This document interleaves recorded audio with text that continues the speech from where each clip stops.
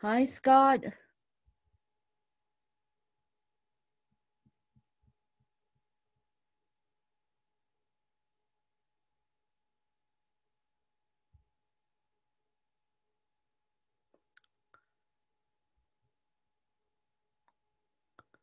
Oh no.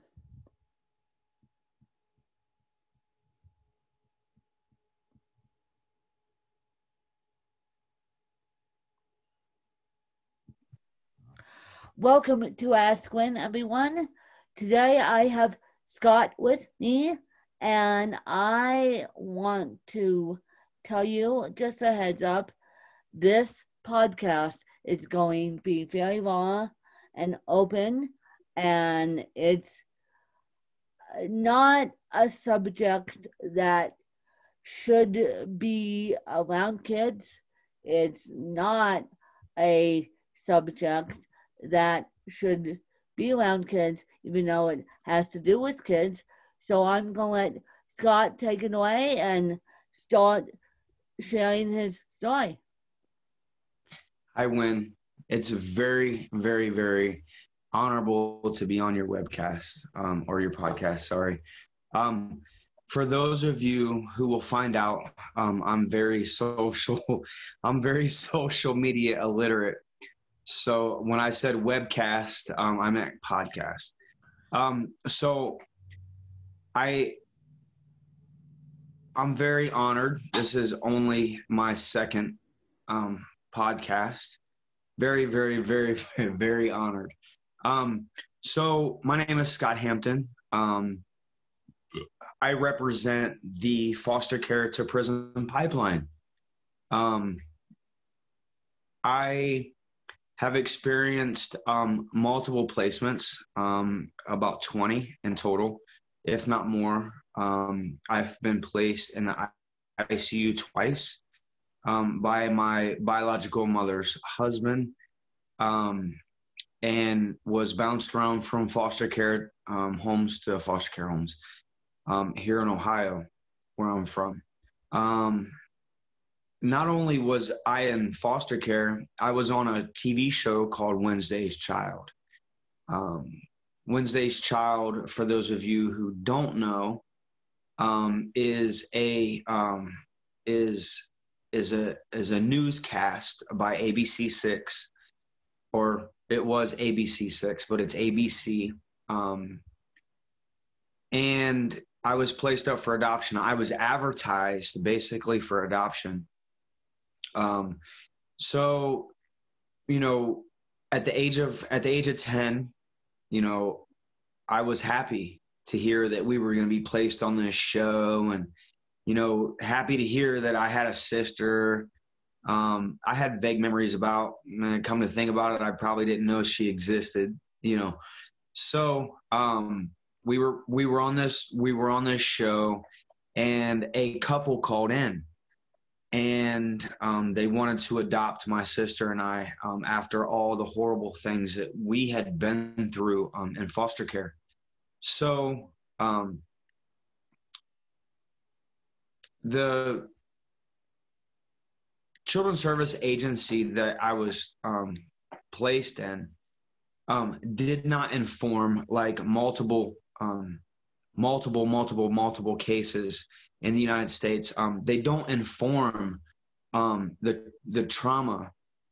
They don't inform the adopted parents or the foster parents of the possibilities of the trauma of this kid, which was me. I set fires when I was young, and we'll get to that. So I was placed with this forever home, per se, but they didn't know anything about me. When they had no clue. They didn't know that I didn't know how to read or write at the age of 10.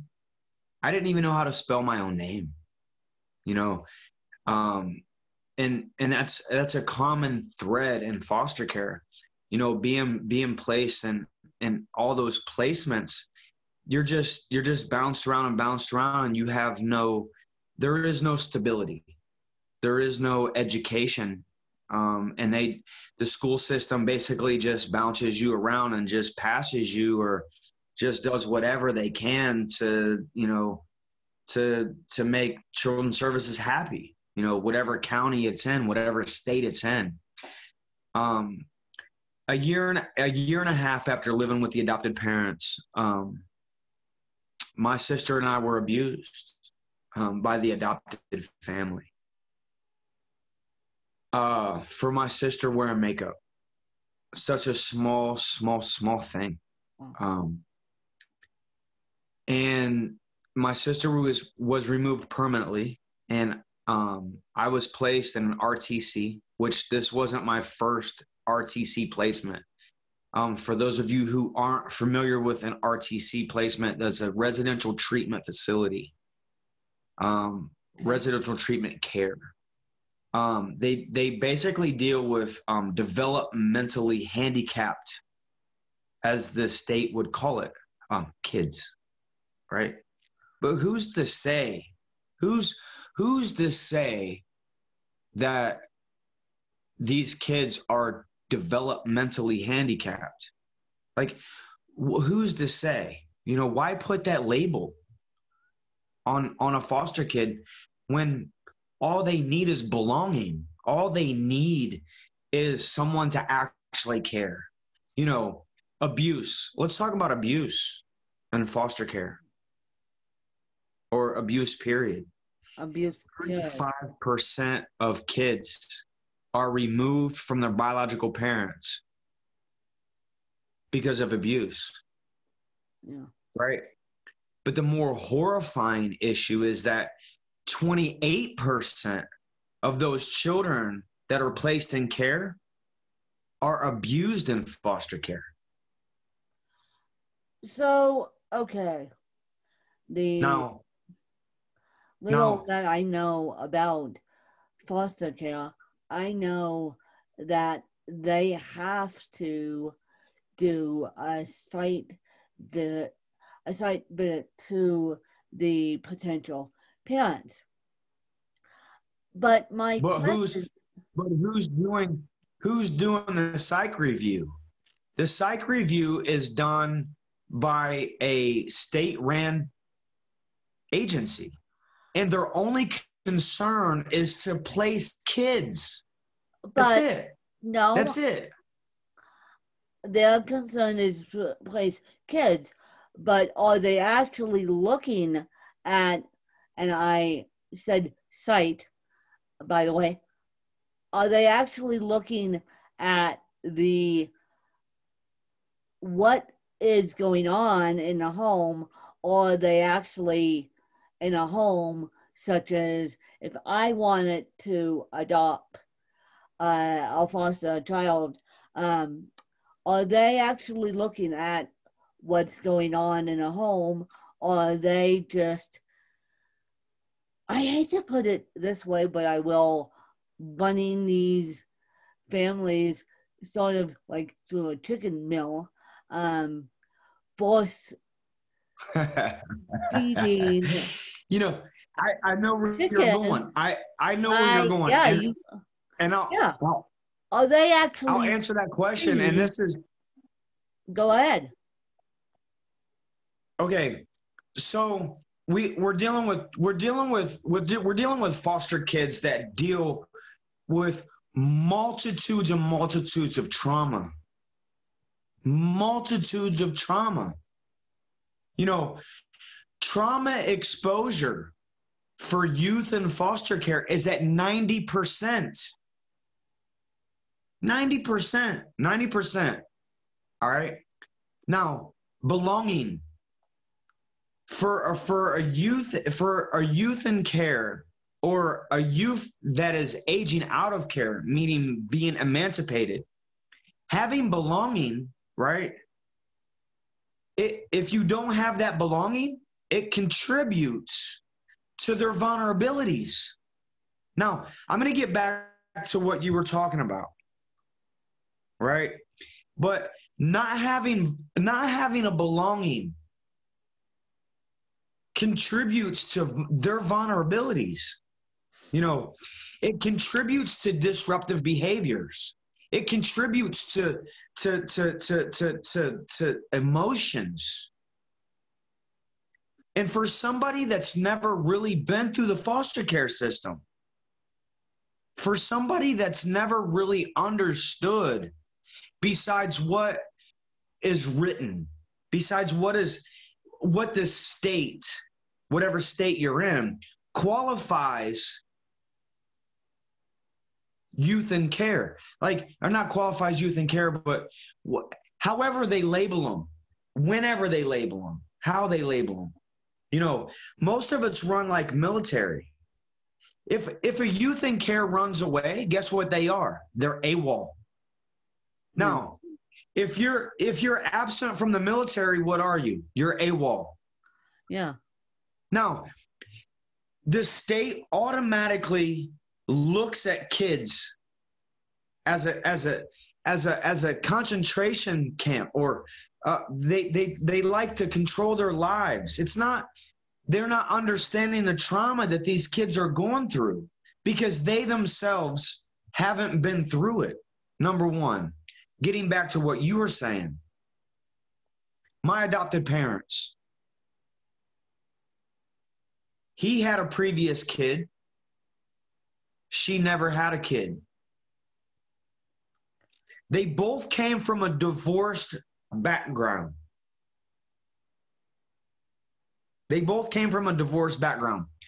But Children's Services never looked into the causes of those divorces. There was no psych evaluation to the point to where they said, oh, you were divorced? Let me take you separate and have a conversation. Now, come to find out, as I got older, there were a lot of controlling issues with the adopted mother. She loved to control. Why did she like to control? Because now she's with a passive guy, a submissive guy that she can control just like she was being controlled. And when you have a situation like that, it's dangerous for the child because they're fighting for power amongst each other. They don't know where to go. There's always arguing. There's always bickering. There's always fighting and raising voices. When I first got placed with them, that's all I heard. Loud voices, you know, and my PTSD, which I'm undiagnosed, but I know that I have PTSD. I know that I do, because when I hear people yelling, when I hear people arguing, it resonates something inside of me to where I just can't function. Now, Children's Services never informed them of my past. They didn't even tell them that I didn't know how to read or write. They didn't tell them that I still wet the bed at age 10, 11 years old. They never told them that I needed attention. They never told them. So when the child is placed, adopted parents and foster parents, they have no clue how to deal with this trauma. Right? They have no clue. So what would you say to all my fan base who is looking to adopt a child? Because if they're coming out and doing site visits, how should new adoptive parents overseas and domestically act? Should they ask probing questions to the people that are coming out to do the site visits, because they want to know if the child is Children's Services has the responsibility, and people need to hold them accountable for letting them know how that child is. They're not wanting this information out there because then they're unadoptable, and they have to spend more money to emancipate them. You know, they have to try to come up with funding, which the only funding that they have is the Kathy grant and the independent living program and it's small. You know, not only are taxpayers paying for a child once in foster care, they're paying them for them twice, because if you look at the statistics are, well, I'm going to get to that. The current statistics say that anywhere between 30 to as high as 70% of former foster youth will experience incarceration by the age of 19. So getting back to my point, if taxpayers are spending money for them in foster care one time, then they're also spending money for them the second time when they get incarcerated, or they get involved with the streets or drugs, or become substance addicted, or they become, victims to child trafficking or prostitution. And then what does that lead? It leads to interactions with the police. It leads to interactions with jails. But the end result is incarceration. And incarceration, look up what the Department of Justice spends on incarceration every year compared with foster care. Yeah. Foster care and the criminal justice system, they feed and fuel each other. If you go on to a few websites, and they can get back to you if they want these websites, I can proudly put their information out there. But if you go onto these websites that are not, they're congressional, they're not Senate, congressional websites that actually admit that there's a problem between the coalition between foster care and prison, right? However, that's where I landed. I landed in prison. Altogether, I've done 16 years. I'm 42 years old. I spent 13 years in foster care and 16 years incarcerated. I know these systems in and out, both of them. I can pull up policy. I can pull up whatever you want. Now, at the end of the day, there's nothing addressing former foster youth that are incarcerated, even though the government or the state knows that it exists. There's no programming, or what I call deprogramming. If you're wanting to change foster care, if you're wanting to change incarceration, which is this country's two cash crops, this is what taxpayers spend the most money on. If you want to change that, you have to get with my theory. You have to understand my theory and get these people, men and women that are incarcerated, even in juvenile facilities, deprogrammed to where they know good social skills. They know self-esteem. They know respect and mutual respect. They know what it's like to move forward with their life, even though they've been through hell and back, abuse or trauma, not having that belonging, period.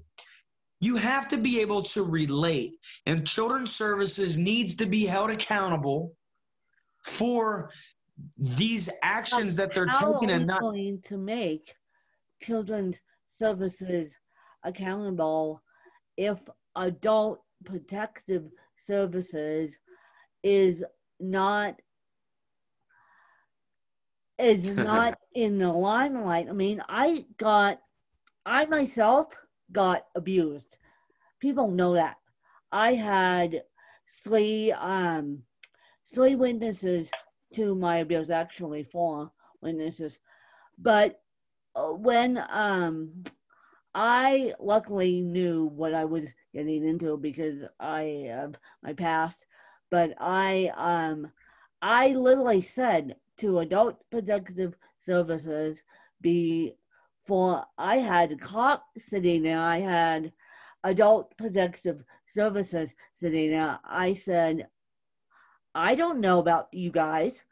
I said, why are we not promoting both adult protective services and child protective services. It's all about child protective services, child Right, protective absolutely, services. absolutely. And this is my mission. My mission is to bring awareness, because in order to change those two brackets, right? We have to deprogram those individuals that are being released from incarceration, that are having these kids that will eventually end up in foster care and prison, and Yeah, then they're back just in going to the system. populate these two It's systems. a circle. I'm Have they? working I'm working I'm working with multiple organizations right now on this subject right now. I can be found on foster care to prison pipeline moving forward. You can personally email me at scott.movingforward@gmail.com, or you can email me at swhampton1978@gmail.com. I'm addressing these issues, and this is why the, you know, I love you for this one. I really do, because it's awesome. It's awesome. PTSD. PTSD is when you're dealing with former foster youth in prison. Number one, they're unrecognized. When former foster youth go into prison, they're not even asked if they've been in foster care. Why not? You know, imagine a kid that has undiagnosed PTSD, runs away all the time, and then gets wound up in the foster care to prison pipeline, right? So they get to prison or juvenile, and there's no one there properly to diagnose their PTSD. Why? Because if it's not broken, if they're not recognized, how are we going to know that the problem exists? So since former foster youth aren't recognized, how are they getting these statistics of all these numbers? Yeah, that's what I want to know. Right. I'll tell you. They're getting their statistics from the 2005 Midwest study that was done by Chapin Hall. That's it. And it was 300 some former foster youth. 2005, excuse me, 2005 was the year in 2020. But hold on, wait. You're right. But all they did was they interviewed 350 some former foster youth that were on the street. They didn't go into the prisons and say, hey, we want to know how many former foster youth are locked up, which is my goal. My goal is to have former foster youth recognized in corrections in this country, period. So when they come in the door, they're recognized, they get an evaluation for their PTSD or any other mental disabilities that they have that's undiagnosed, and then we get them deprogrammed or programmed or programming, however you want to look at it. And moving forward, the curriculum that I wrote when I was incarcerated that deals with what former foster youth need in corrections is there and available. And everyone, I want you to email Scott and let's get this prison pipeline. They can email you, bro. Yeah. They can email you. They can email me. They can email you. Let's get this prison to pipeline program moving, because foster care, it's about the foster care prison pipeline. There's a lot of people talking about the foster care to prison pipeline, but nobody has the experience that I do and is putting this out there.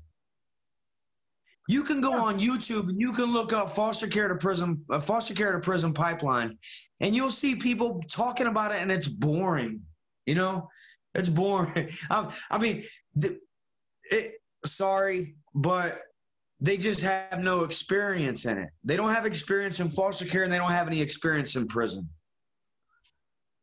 And they certainly don't have, people don't have experience like I do dealing with adult protective services.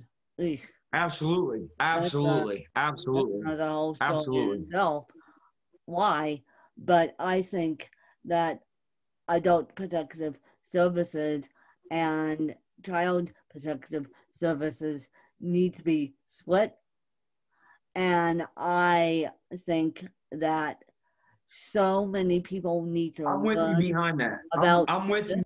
Yeah, I'm so behind many you on people that one. need to learn about this because we're trying to break the stigma. We're trying to break the cycle. You know, I right. And that's funny that you said that because one of my weeks in my curriculum is called Stopping the Cycle. And it teaches you about dysfunctional. And I had a lot of guys when I was in prison. I ran the prison under the management of a unit manager where I was at Mansfield Correctional here in Ohio. If people want his name and contact information, he'll be thrilled to hear from you and tell you how it was possible for me to change a couple people's lives. I only did it for a few months, but the turnout was huge and it just kept getting bigger and bigger. The thing is this. It's it's it's all one corrupt entity. They all coincide with each other. Whether it's adult protective services, whether it's child protective services, whether it's penitentiaries, whether it's mental health, if it's ran by the state, I'm getting ready to have a phone number of a woman that she served 30 years in children's services. It took her 30 years to be involved with children's services to say, you know what? I quit. Yeah. Because you guys are corrupt. Yeah. It took 30 years for her to get intertwined with all the political stuff that goes on with children's services to say, you know what? You guys are wrong. You guys are treating these kids like someone would treat human trafficking. Yeah. And that's what foster care is to me. It's human trafficking. And nobody understands. Nobody cares. They just want to place a kid. Why do they want to place them? Because they're getting funding for it. Yes. Yes. That's it. And Scott, I know that you are so passionate. Oh, I wake up when I'm sorry to keep cutting you off. That's because I'm passionate, and you know that. I know that. I know that. I've had several conversations with you about this. And so how can people help you and how could people get a hold of you? Tell me, if you email me, if you contact me, I'll give you my phone number. I can put my phone number out there if that's allowed. Yeah, it's 419. It's 419-605-5609. If you can tell me how you can help change this system with me, I'd love to sit down with you over a Zoom, over anything, and talk about how we can change. And I will tell them how I'm making, I'm working with so many different states right now. People want to get me grounded, before I even come, and public speaking would be amazing.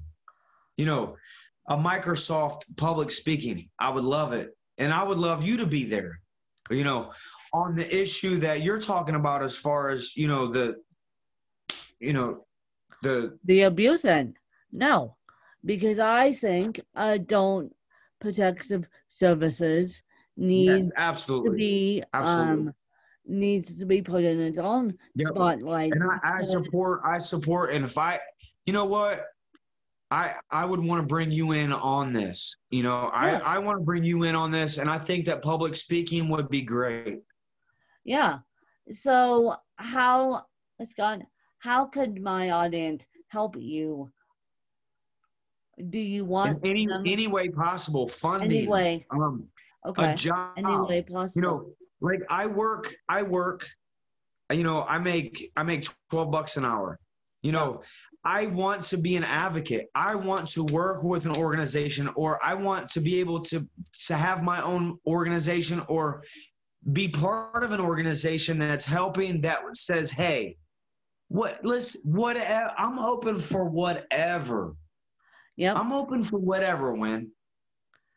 Well, you're just as passionate as I am, and we're trying to bang the drum loudly. And Absolutely. what I find interesting is you only got released what, in 2017? After doing 14, yep. After doing 14. Yep. So help a man out here, people. Help a man out here, people. I mean, and Scott is laughing at me because of that statement, but please help a man out and teach him a little bit about what you know, and also teach the poor guy how to be a motivational speaker, because coming out of prison in 2017, you don't have a computer, you don't have a cell phone, you barely have a pencil. You barely have a pencil. Wait, don't get me wrong. I've worked hard. I've worked hard for what I have. And yeah. I mean, I'm happy. You know, yeah, you're happy. I dress well, I speak well. I want to make a change. And that's basically what we want to make a change. And how we're going to make a change is you having your story shared. And that's the only reason why we're going to make a change. And this Child Protective Services and child foster care is something that I don't want to get into. Now that I know what I know based upon this podcast, don't come approaching me to adopt a child. I am going to screen you guys ever which way, because like I did in my case of adult protective services, because Absolutely. I knew what I was going into, and people were like, how did you know you were getting abused? And I'm like, I know the signs, and I know that it's a high risk of people with disabilities, aka PTSD, aka cerebral palsy, aka you name it, they get abused. And it could happen to by anyone to anyone. And I'm aware. And when I said to Adult Protective Services that I befriended the guy that did my case, and he and I are fast friends, and I'm trying to get Colorado Adult Protective Services on in a good light, because I want to sing their praises. I want to sing their praises of what they did for me. There's a common thread here. Who's the Child Protective Services ran by? The state. Yeah, the state. Okay. So who's adult Protective Services The ran by? state. The Okay, state. so there's a common thread here. So you and I align perfect. I want to do both of these issues. I want to do both of these issues, and I'm going to put that on record. Yeah. Because it's an issue that they coincide, you know. And this is something new to me, just like this might be something new to your audience. A person that listens regarding me. Yeah, a person that listens to this podcast. I'm tired of it. Well, trust me, I am tired of saying I was abused and I was, and this is how I did it, and people. And nobody wants to listen. You did what? Your family member did what? And no one wants to listen to us fucking squawk. No. Yep. Listen, I want to do both of these issues. I want to do both. Yeah, we're trying to break the stigma. And I have told people publicly that I stand for abuse victims now that I am a abuse victim myself.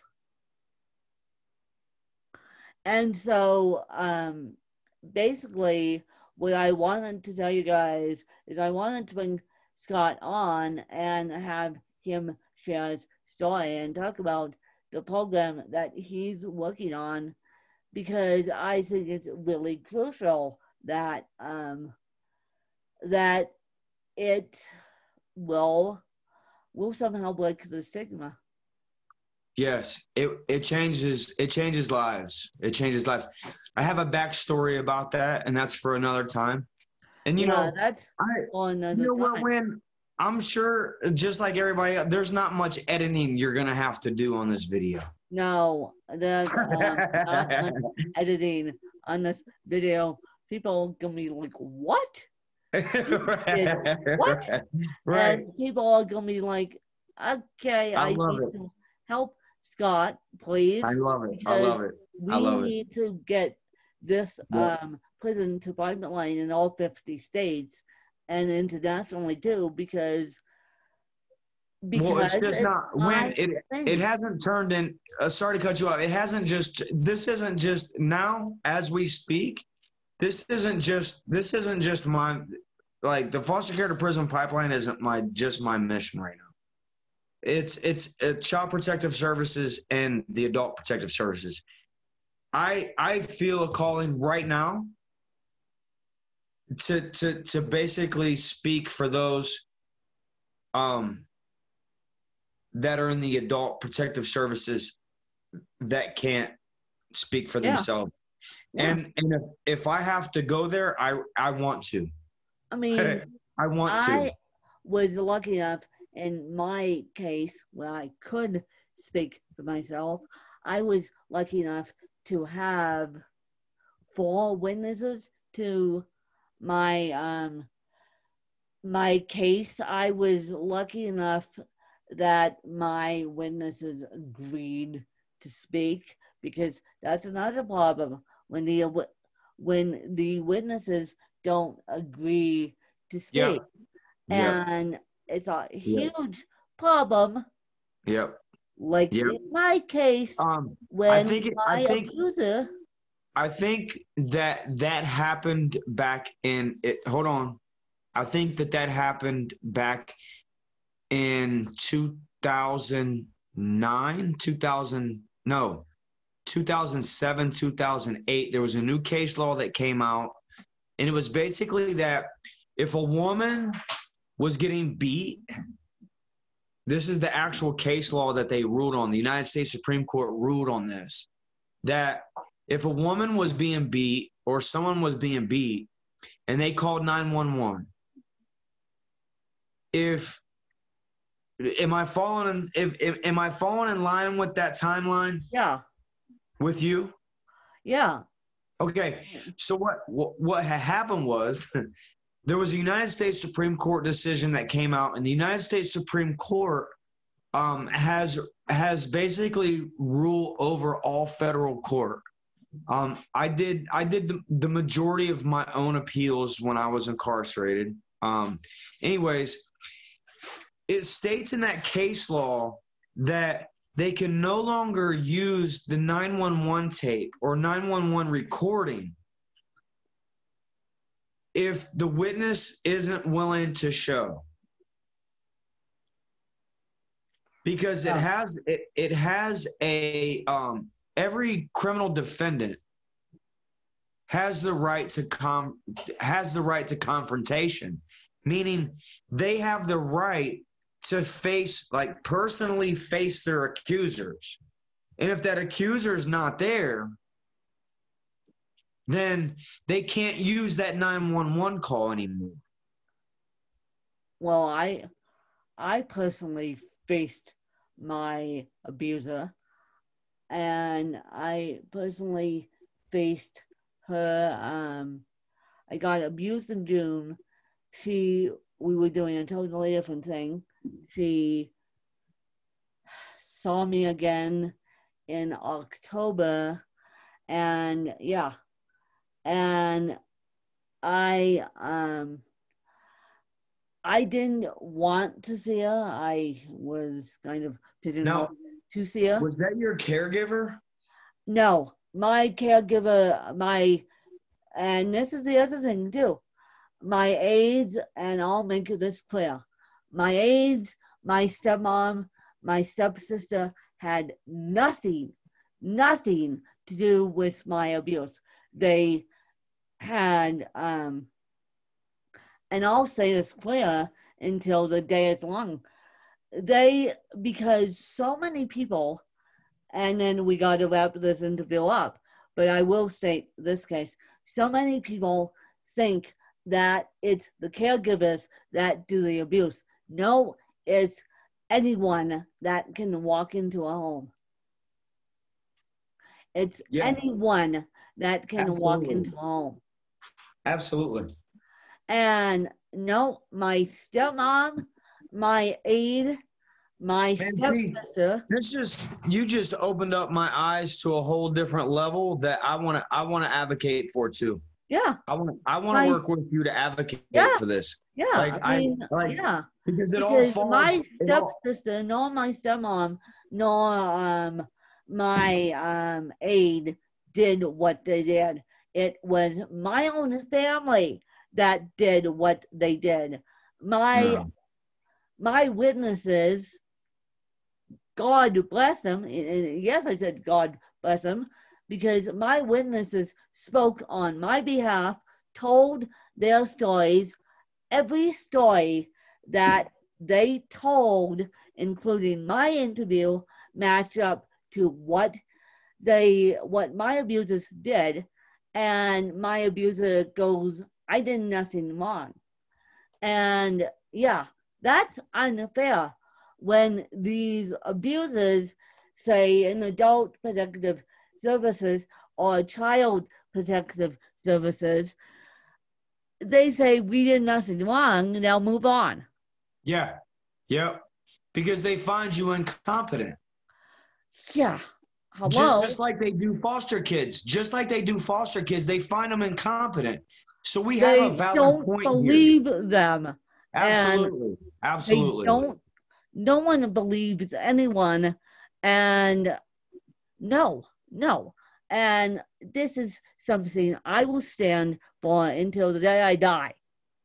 And I will be on my hospital bed, you guys, speaking and preaching on abuse survivors, because those of us who can get out of foster care and those of us who can get out of abusive situations are very, very, very, very lucky, but the system has got to change. Absolutely.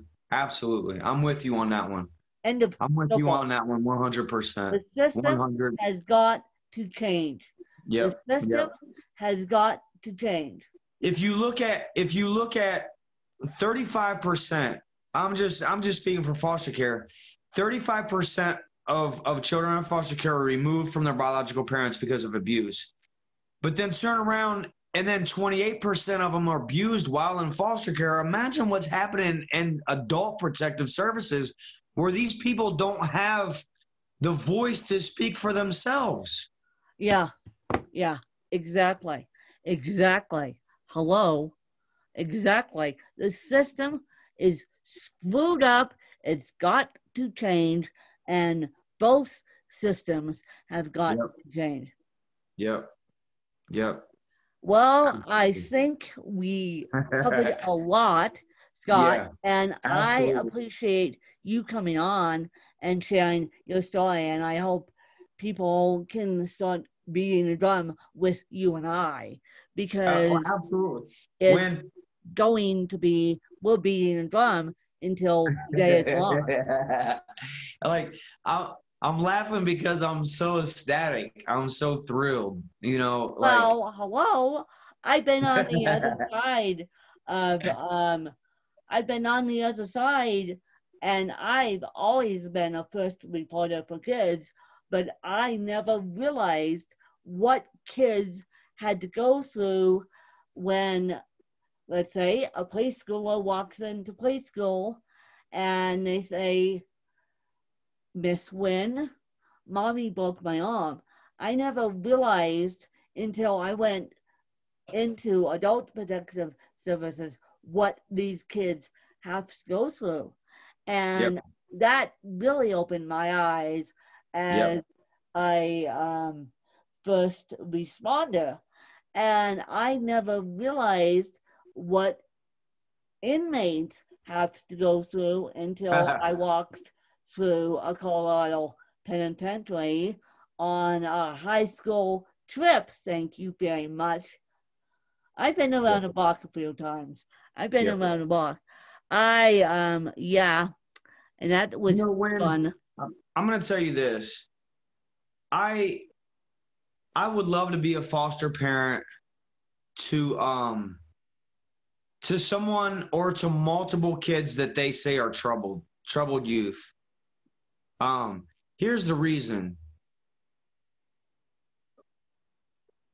Those of you who have experience with foster care and teens or tweens or however they're Oh, called these nowadays, days, you millenn- know, um, millennials, Gen Z, I don't know. right. Um, my thing is okay. You want to punch holes in my walls? I'm gonna come in there and I'm gonna punch some holes in the wall with you, man. You know, I'm gonna let out some anger too. You know, because I feel you, man. I feel you. I Yeah, understand that it's not your fault. It's no, not your it's fault not that your it's not fault your fault that going your into mom and adult dad abused protective you. services. It's No, not your fault. It's not your fault that, your parents abused you. It's not your fault that they were drug addicts. It's not your fault that they sexually molested you. It's it's not your not your fault. fault that you have a disability and No. requested help. In my case, Yep. that's There it is. all I did is Yep. request help. And on Yep. June 23rd, Yep. I, Same yeah, same aspect. Same yeah, aspect. You know, yeah, I'm a firm believer in you have to understand what the child is going through, and you have to understand what the adult with disabilities is going through. You have yeah, to. You yeah, have you to. have to. And You if have you have to. to if you have to let some anger out, if you've got to come down to their level, that's what you have to do to win their trust, to win their belonging. No pun intended. Win-win situation. No pun intended there, Scott. To win their trust, Right. to win their belonging, to Yep. I'll Yep. never trust Yep. I'll look at my family sideways until the day I die. And Yep. I don't care if Absolutely. my family hears this. I'll look at them sideways until the day I die. I will trust my witnesses, but I will look at my family sideways until the day I die. And after that, I people don't know this, but I had a very low confidence in people in general. because I thought they were going to emotionally abuse me again. Right. Yep. Yep. Yep. Yep. Yep. Now people do. Absolutely. Absolutely. And no. And so I think the system needs to be changed completely. It's about to happen. It is. It is. It's about to And it happen. should happen in 2020. And Yep. Scott, It's about to I happen. really appreciate you coming on and sharing your story with Ask Quinn. And I want to have you help Scott, you guys, and just be there for him and just be there for kids with disabilities. Be a witness to kids with disabilities. If you have to walk Yep. into adult protective services, and if you have to walk into child protective services just to be a witness to the other witness, please Yep. do, That's because all they need. this That's all they system need. has got to change. These Yep. kids need Absolutely. I love. feel it. These adults with disabilities need love, and we have a broken system. And what I realized tonight is the system is going to get worse if you and I, Scott and I, don't stand up and do what we can to help Yep. these kids. Yep. Yep. So Absolutely. I want you guys to stand behind us, and I want you guys to stand behind the witnesses who witnessed this horrifying stuff, and then we can make a difference. Make a change. Absolutely. We can And make a change and a not difference. only can we make a change, we can help those move forward, you know? Yep, We can we help those can. move forward, We and can. it's amazing once you see that smile, you know, once you see that change, it's amazing. It's amazing, and I've personally witnessed that. I'm sure you have too, Win, you know. I have. I Yep, have. absolutely. And I'm gonna cry. I'll, well, don't do that. I'm Don't being do that. serious. Don't do that Like because we're, we're I'm going so to moved. we're going to make a change. And watch out, you guys. Scott and I will make a change, and watch out. The Right. both all three systems will turn around Yep. and go full force. And Mm. I'm working on, based upon the knowledge that I have, I'm working on another special project that I will let you guys know about as soon as it comes into play. But I've been working on something, well, behind the scenes for a year, and I've yeah, the system is going to change, and we're going to save these kids, disabled or not, but we're going to do it with grace and style, and let's make They a need to be movement held. here, They you need to be guys. held accountable. They need to be held accountable. Yeah, yeah, no, they need to be held accountable, and let's make a movement and be safe, be strong, and help Scott and I out. Absolutely. I'm with you, Win, all the way. Like all Thank the you way. guys.